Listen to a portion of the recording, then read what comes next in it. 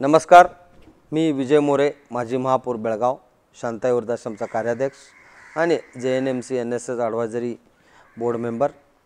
तर एक आनंदाची बातमी आज मला समजली। व्हॉइस ऑफ वेणुग्राम हे न्यू डिजिटल चॅनल चालू झालेलं आहे।